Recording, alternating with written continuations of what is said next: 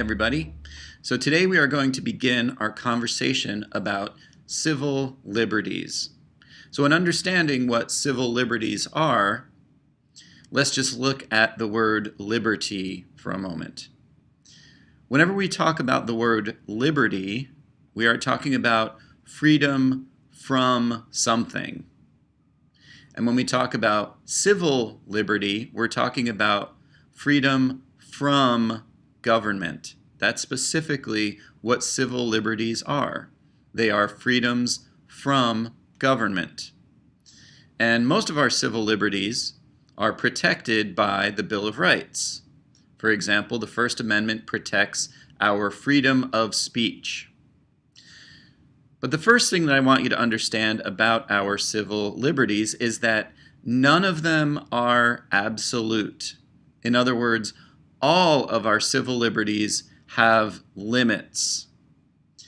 And the reason that all of our civil liberties have limits is because our Constitution does a lot of different things. We've talked about some of those things so far in this class. For example, we know that the Constitution creates government. The Constitution also grants different powers to government.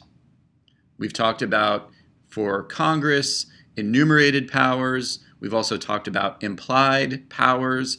We've talked about the different powers of the presidency, and all of those exist within the Constitution as well.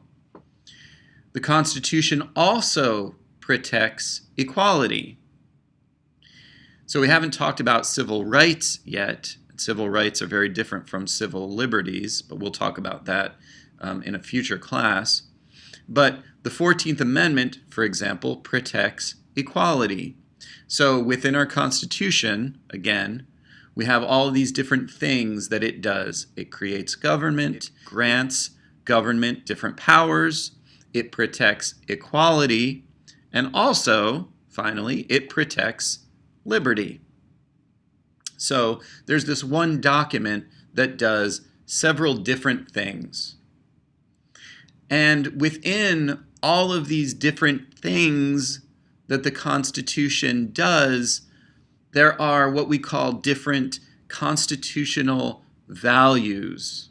For example, there's the value of public safety that's protected through our Constitution. There's the value of democracy that's protected by our Constitution. There's the value of equality that's protected in our Constitution. There's the value of national security that's protected by our Constitution. And then also, again, there's the value of liberty that's within our Constitution.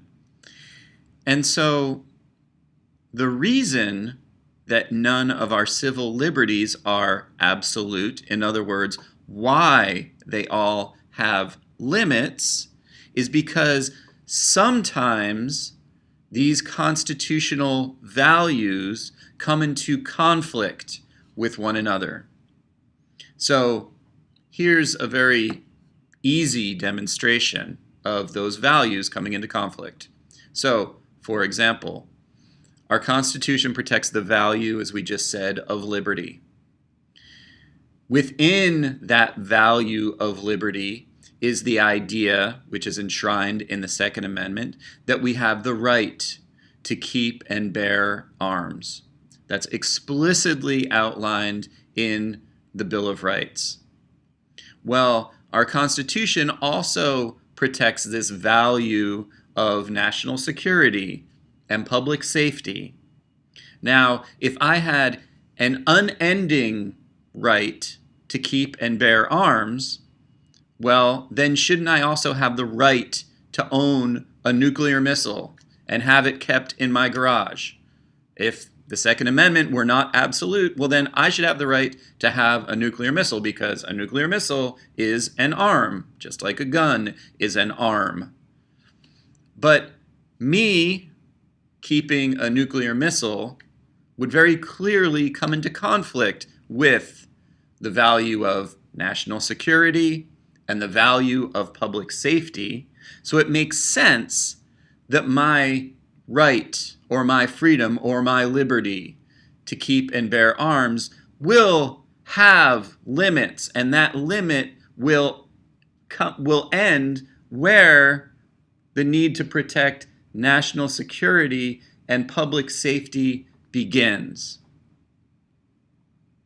Another example that I could give is the First Amendment uses the word no. Congress shall make no law limiting the freedom of speech. But of course there are limits to our freedom of speech. There are places that I can't say certain things. So here's an example of why that should be. If I had an unlimited freedom of speech, well, shouldn't that mean that I can enter a church, brush aside a preacher, take the podium, and say to the congregation, all of this is nonsense. Why are you sitting here listening to this nonsense? This preacher doesn't know what he or she is talking about. But me, in that case, practicing what I would hope is my unlimited freedom of speech would come into conflict with other people's freedoms, their freedom to practice and exercise the religion of their choice. So clearly, my freedom of speech would come into conflict with someone else's freedom as well. So again, this is why there are limits on all of our civil liberties. In the next video, we're going to talk about the different groups, the different types of civil liberties. We're going to break our civil liberties down into different categories.